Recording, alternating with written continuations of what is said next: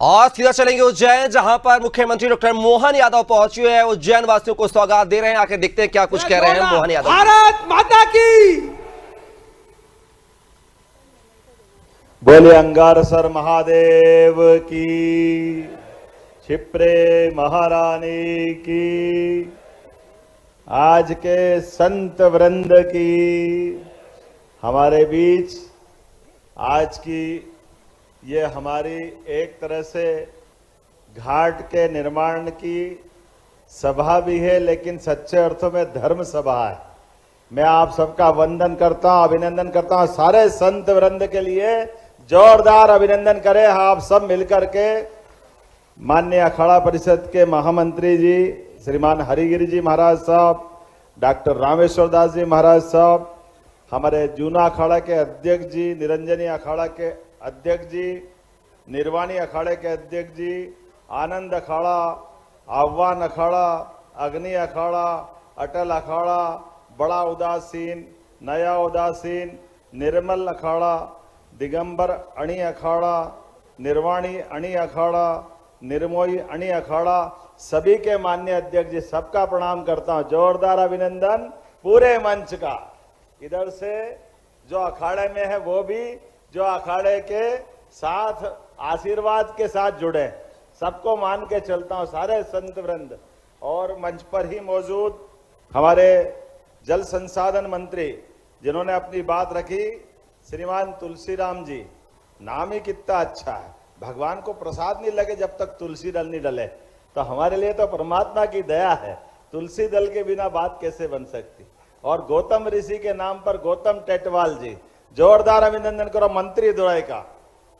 और हमारे बीच सांसद माननीय अनिल फिरोजिया जी, हमारे बीच माननीय विधायक सतीश मालवी जी, माननीय विधायक अनिल जैन कालूहड़ा जी, माननीय विधायक जितेंद्र पंड्या जी, माननीय विधायक अरुण भीमावत जी, शाजापुर से माननीय महापौर मुकेश टटवाल जी, बहन कलावती यादव जी सभापति, माननीय विधायक डॉक्टर तेज बहादुर सिंह जी।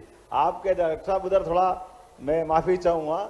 इस अवसर पर जिला पंचायत के अध्यक्ष जी, उपाध्यक्ष जी, माननीय वरिष्ठ नेता, पहले तो दोनों अध्यक्ष संजय अग्रवाल जी और राजेश धाकड़ जी, दोनों जिला अध्यक्ष ग्रामीण और शहरी। इस अवसर पर वरिष्ठ नेता रूप अमनानी जी, माननीय जगदीश अग्रवाल जी, बहादुर सिंह बोरमुंडला जी, हमारे बीच नाम के तो लिए सारे के सारे पूरे सम्मानी मंच पे बैठे सभी समस्त अतिथिगण, और इस अवसर पर अलग अलग दायित्ववान सभी हमारे वरिष्ठ नेतागण, ओम जी सहित सारे मित्रों को नमस्कार करता हूं और दो हाथ जोड़ के आपको बधाई देता हूं, आपका भी अभिनंदन करता हूं। अहिल्या महारानी और हमारी सनातन संस्कृति, उनके जन्म जयंती के अवसर पर आज 300वां जन्म जयंती वर्ष। जन्म तो सबका होता है और शरीर भी सबका छूटता है। शासन में भी कई लोग आते हैं, कई जाते हैं।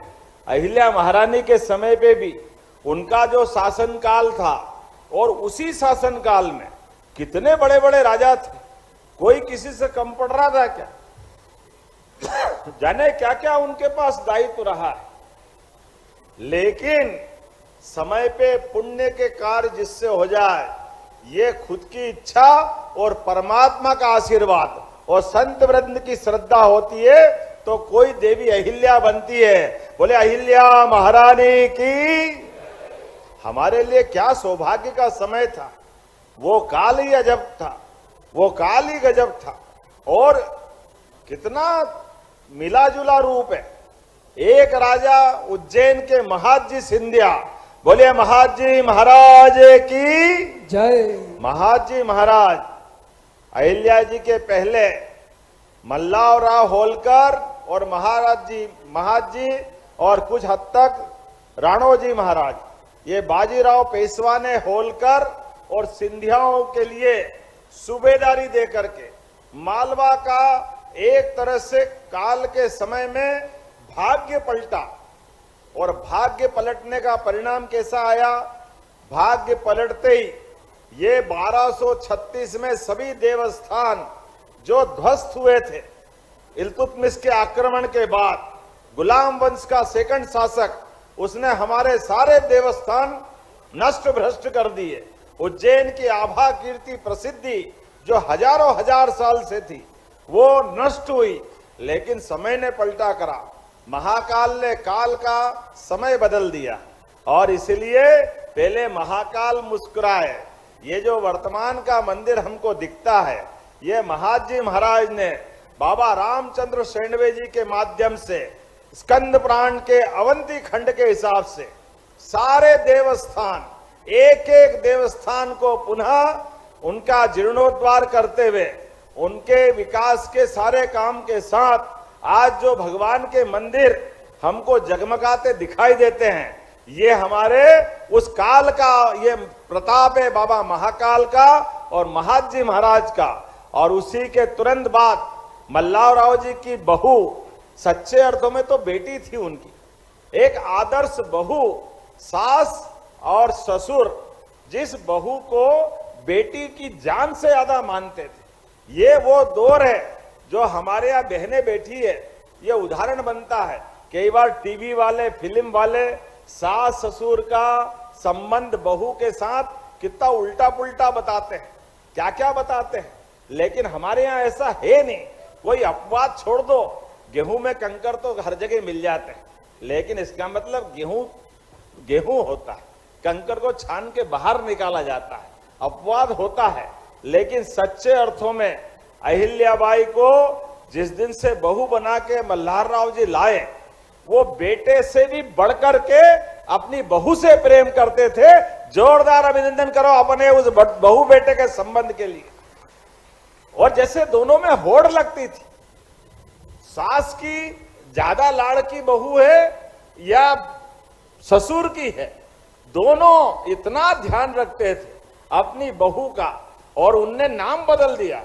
बहू के लिए ससुर मामा हो गए, वो अपने ससुर को मामा के बुलाती थी, और जो सास थी उसको माँ के बुलाती थी। अहिल्या माता ने उनके बीच अपनी सेवा से, अपने प्रेम स्नेह से अद्भुत स्नेह पाया, और उनकी प्रतिभा को पहचान कर खंडेराव उनके बेटे हैं, लेकिन राजकाज की शिक्षा मल्लाराव जब भी रहते इंदौर महेश्वर पूरी चिंता पालते थे। अपने सुयोग्य शिक्षकों के साथ राजकाज कैसे करना चाहिए, अपनी मौजूदगी में दरबार में फैसले उनसे करवाते थे। अहिल्या जो निर्णय करो, और वो कहते मामा कोई गलती हो गई तो उन्होंने कहा आप न्याय के सिंहासन पे बैठी हो, आप जो फैसला करोगी वो मान्य होगा। इतना अधिकार दे करके अहिल्या के जीवन में वो स्वर्णिम काल था, और इसी का परिणाम रहा। हम सब देखते हैं अहिल्या माता के पूरे जीवन में गंगा की पवित्रता है, नर्मदा सी सादगी है, उनके जीवन में सनातन धर्म की रोम रोम में संस्कृति समाई हुई है। उनका पूरा जीवन, बेटे ने अन्याय किया, बेटे को दंड दिया, ससुर के साथ माँ बाप का संबंध रखा, लेकिन ससुर भी कितना प्रेम करते, वो युद्ध में भी हो तो युद्ध में भी अपने पत्र दे करके अच्छे अच्छे काम करने के लिए अहिल्या माता को सदैव मार्गदर्शन करते। और अहिल्या महारानी अपने पति के बीच में देहांत होने कारण सती होना चाहती थी। अपनी पगड़ी उतार के मल्हारराव जी ने कहा कि बेटी तेरी जो योग्यता है, ये सती होने से देश धर्म सनातन धर्म का नुकसान होगा, तुमको इस देश के लिए जीना है, मालवा के लिए जीना है, सनातन संस्कृति की रक्षा करना। और अहिल्या माता ने वो अपना लिया हुआ संकल्प, आमतौर पे सती के लिए जो संकल्प लेता है वो लाल पट्टी सिर पे धारण करके वस्त्र अलग प्रकार से पहन लेते, उसको सती का भेष कहते। और एक बार जो भेष धारण कर ले वो अपने उस वापस आना उसके लिए एक तरह से नए जीवन के बराबर होता है। लेकिन धन्य अहिल्या माता, इस संस्कृति के लिए उनने अपने इस आह्वान को हटा करके और भारत के इस गौरवशाली इतिहास को लिखने के लिए उनका अपना पूरा शासनकाल आपने लिए हाथ में महाकाल को लेकर के, महादेव को लेकर के उनने कहा अब मेरा जीवन मेरा नहीं रहेगा, ये सारा जीवन इस महादेव को समर्पित रहेगा। इसलिए इस जगत के कल्याण के लिए उनने शासन की व्यवस्था हाथ में हासिल की। बोले अहिल्या महारानी की जय। इसलिए अपने जीवन काल में उन्होंने शासन के सारे सूत्र अपनी एकमात्र बेटी उसका भी विवाह करने के लिए उस राज्य पे आने वाले कष्ट को, डाकुओं के आतंक को जो समाप्त करेगा वो कोई जाति समाज का होगा, वो अपनी बेटी का विवाह करने के लिए उसको संकल्पित कर देती। इसको उस समय के काल में पूरे देश में एक माहौल ऐसा बना कि अगर बहन बेटी को भी राज्य की बलिवेदी पे कोई चढ़ा सकता है, लेकिन अहिल्या माता के लिए सब समान थे। बेटा गलत काम करे, बेटे को दंडित करने का काम भी राजमाता अहिल्याबाई करती है। एकमात्र बेटा, बाद के क्रम तो इतना उनके लिए चुनौती वाला था कि बेटा चला गया, पति चले गए, बेटी चली गई, सास ससुर चले गए, ऐसा लगा कि मां नर्मदा के अलावा कौन बचा था उनका। लेकिन उस काल में भी अहिल्या माता ने संकल्प किया कि मेरे अपने राज्य में सुशासन के सारे कीर्तिमान बनेंगे, लेकिन अपने देश के अंदर भी जहां जहां मुगल सत्ता ने हमारे सोमनाथ का मंदिर, रामेश्वरम का मंदिर, बाबा विश्वनाथ का मंदिर, जो जो देवस्थान थे सभी देवस्थानों पर मंदिरों के जीर्णोद्धार कराने का काम किया, अपने तरफ से घाट बनाने का, अन्न क्षेत्र चलाने का, धर्मशालाएं बनाने का। और उनकी मान्यता भी कैसी थी? उनकी मान्यता, उनके महामंत्री ने कहा कि महारानी आप ये मत करो। उनने कहा क्यों नहीं करें? उनने कहा ये अपने राज्य के बाहर है। उनने कहा तुम्हारा दिमाग सही है क्या? राज्य की सीमा हमारे अपने मनुष्यों के लिए हो सकती, लेकिन सांस्कृतिक रूप से पूरा देश एक है। इसलिए आसे तू हिमालय, अटक से लेके कटक तक, कश्मीर से लेके कन्याकुमारी तक, इस पूरे देश के अंदर सभी सनातन धर्मी के सारे देवस्थान में सबका हक बराबर है। इसलिए वहां की व्यवस्था के लिए जो बन सकेगा वो सब करूंगी, और इसी का परिणाम निकलता है। उनने और एक और अच्छी व्यवस्था दी। उस दौर में एक दो तरह के फंड रहते थे। एक तरह से पत्नी के हाथ में, पति अगर 1 रुपया कमा के लाए तो 25 पैसे वो पत्नी के हाथ में देता था, जो निजी खर्च के लिए रहते थे। 75 पैसा बाकी सबके लिए रहते थे। और गौतमा बाई ने उनके पति के द्वारा, मल्लाराव जी बहुत बड़े सूबेदार थे, उनका उस समय का सबसे बड़ा खजाना था 18.5 करोड़ रुपया। आज से 300 साल पहले जो गौतमा बाई के पास था, अहिल्या माता की सास के पास था, वो अपनी बहू को पूरा पैसा हाथ में देती और कहती है अहिल्या इसको तुम्हारी इच्छा हो जो करना, ये राज्य का पैसा नहीं है, ये खासगी का पैसा है। ये खासगी के पैसे से देश धर्म के लिए भी जो तुम्हारी इच्छा करो।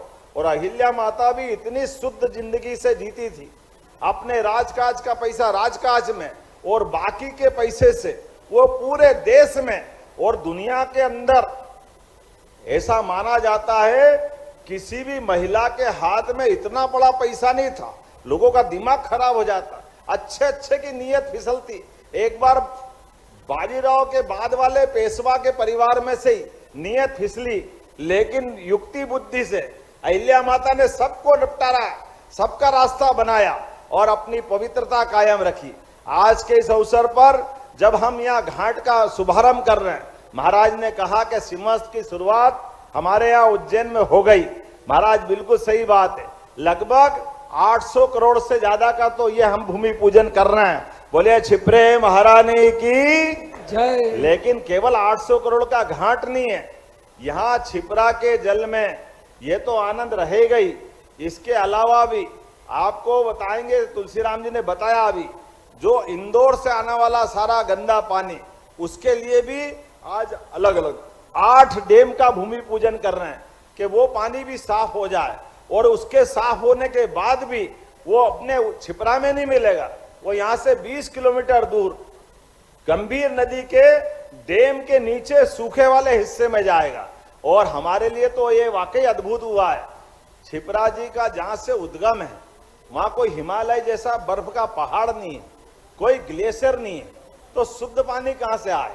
तो उसका भी फार्मूला निकाला है कि सारा बरसात के समय जब क्षिप्रा जी के जल में बड़े प्रभाव के साथ बाढ़ जैसी स्थिति रहेगी, बारिश के जल को इकट्ठा करके सिलारखेड़ी के तालाब में इकट्ठा करेंगे। एक तरह से नदी का कितना फ्लो होता है, कितना बहाव होता है, वो सारा जल उठा के सिलारखेड़ी में रखेंगे और बाद में बरसात के बाद धीरे धीरे करके क्षिप्रा जी के जल से आपके स्नान का प्रबंधन कर रहे हैं। क्षिप्रा जी के सभी घाट के ऊपर आनंद के साथ स्नान करेंगे, शुद्ध जल से स्नान करेंगे, पूरे साल करेंगे।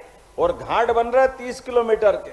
ये 30 किलोमीटर के घाट कितने बड़े हो गए और कितने लोग स्नान कर पाएंगे? अगर 1 बाय 1 मीटर का अपन हिसाब लगा ले तो 24 घंटे के अंदर इन 30 किलोमीटर लंबे घाट पर अगर स्नान करने वालों की गिनती करें तो 24 घंटे में से 5 करोड़ लोग स्नान कर पाएंगे। 5 करोड़ लोग, इतना बड़ा ये पूरा फैला होगा एक बार में, लंबा पूरा घाट। और केवल ये घाट के अंदर जल नहीं, आने वाले समय में कितने प्रकार से उज्जैन में काम चल रहा है, बल्कि आने वाले समय में तो अब हमारे लिए सड़क से तो हम आएंगे जाएंगे, लेकिन ये नदी माता का भी नौकायन से उपयोग करेंगे। हमारे यहाँ पर महाराज जी आपके यहाँ से वाल्मीकि धाम से नाव चलेगी और सिद्धनाथ के आगे तक ले जाएगी, दोनों किनारे के देवस्थान अपने दर्शन कराते हुए।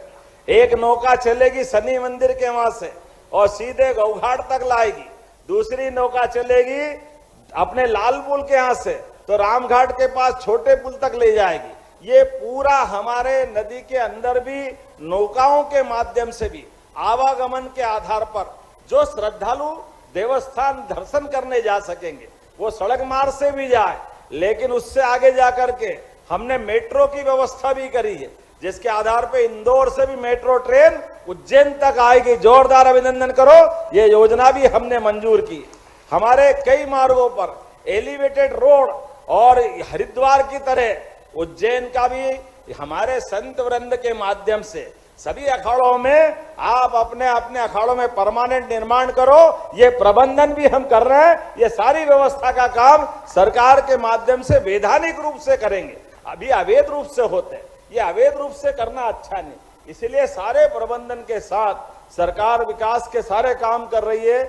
आज यशस्वी प्रधानमंत्री के माध्यम से नारी सशक्तिकरण के आधार पर जब हम आगे बढ़ रहे हैं तो उम्मीद कर रहे हैं जितना अच्छा हमारा प्रयाग का कुंभ हुआ और पहले के जितने सिंहस्थ हुए उन सब सिंहस्थ और सब कुंभ से सबसे अच्छा कुंभ उज्जैन का होगा। इसलिए इस प्रकार के काम हम कर रहे हैं और कोशिश कर रहे हैं कि आने वाले समय में आपका भी सबका मार्गदर्शन मिलता रहेगा। माता बहनें आई हुई है, यह अंगारेश्वर महादेव की कृपा है।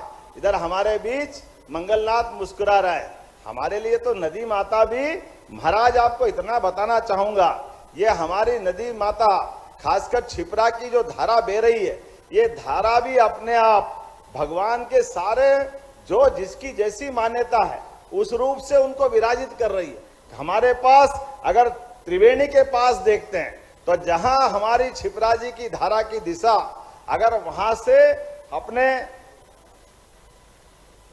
पश्चिम से उत्तर की तरफ घूमने का अगर दिशा होती है तो वहां नवग्रह बिठाते हैं, इसलिए सारे नवग्रह का मंदिर त्रिवेणी का वहां विराजमान है।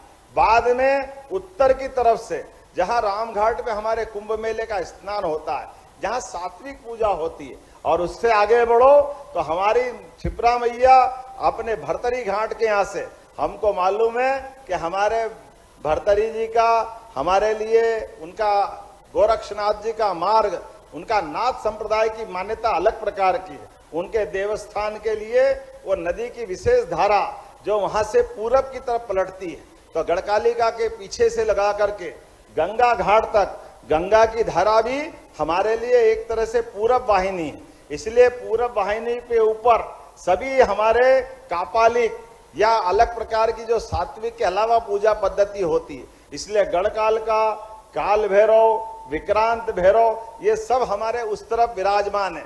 और यहाँ से ये ग्रहों की रचना वापस बदलती है, जिसके आधार पर हमारा मंगल का उद्गम स्थल ऐसा माना जाता है कि जब सौर ग्रहों की स्थापना हो रही थी तो इसी स्थान पर पृथ्वी पर कोई उल्कापात गिरा, उसके कारण से एक भूखंड टूट करके मंगल बना और इसलिए मंगल की उत्पत्ति उज्जैन से मानी जाती है। इसीलिए किसी पे कोई मंगल की विशेष पूजा करना हो, मंगल की कोई दशा सुधारना हो तो देश भर से दुनिया भर से लोग उज्जैन आते हैं, अंगारेश्वर मंगलनाथ इनकी पूजा करते हैं और पितरों के तर्पण के लिए वापस हमारी ये जो पश्चिम की दिशा है, पश्चिम की दिशा से उत्तर की दिशा पलटते हैं तो यह हमारे सारे पितरों के तर्पण के लिए यह हमारा सिद्धनाथ का धाम है। मैं उम्मीद करता हूं इस घाट के माध्यम से उज्जैन की ये कथा भी पहुंचेगी, क्षिप्रा जी की महिमा भी पहुंचेगी सारे देवस्थानों के लिए, क्योंकि ये मान के चलो उज्जैन बाबा महाकाल की नगरी है, भगवान कृष्ण की नगरी है। कई कई विशेष प्रकार से हमारे कई देवस्थान जहां इनकी अपनी आभा कीर्ति अलग प्रकार की है। ऐसे में हम सब 33 करोड़ देवी देवताओं की अपने मन में पूजा का भाव लेके आओ तो अकेले उज्जैन में आकर के वो एहसास हमको होता है उज्जैन के समान अयोध्या मथुरा माया काशी कांची अवंतिका पुरी द्वारावतीश्चैव सप्तैते मोक्षदायका, ये जो 7 पवित्रतम नगरियां हैं जहां हमको मोक्ष मिलता है। हम भाग्यशाली हैं, परमात्मा ने हमको निमित्त बनाया, हमको अहंकार नहीं है। महाराज जी हमारा अपने हाथ में ना पैदा होना है ना मरना है। भगवान ने जितना समय दिया उस समय का सदुपयोग अच्छे से अच्छा करते जाए, इसीलिए इस संकल्प के साथ आगे बढ़ रहे हैं। आप सबका आशीर्वाद मिलता रहेगा। मेरी अपनी ओर से आप सबको पुनः प्रणाम, बहुत बहुत धन्यवाद। बोलिए अंगारेश्वर महादेव की जय। बहुत बहुत धन्यवाद। भारत माता की जय। बहुत बहुत धन्यवाद आदरणीय मुख्यमंत्री जी। मैं विनम्र अनुरोध करता हूं आदरणीय मुख्यमंत्री जी को स्मृति चिन्ह देने के लिए। श्री तुलसीराम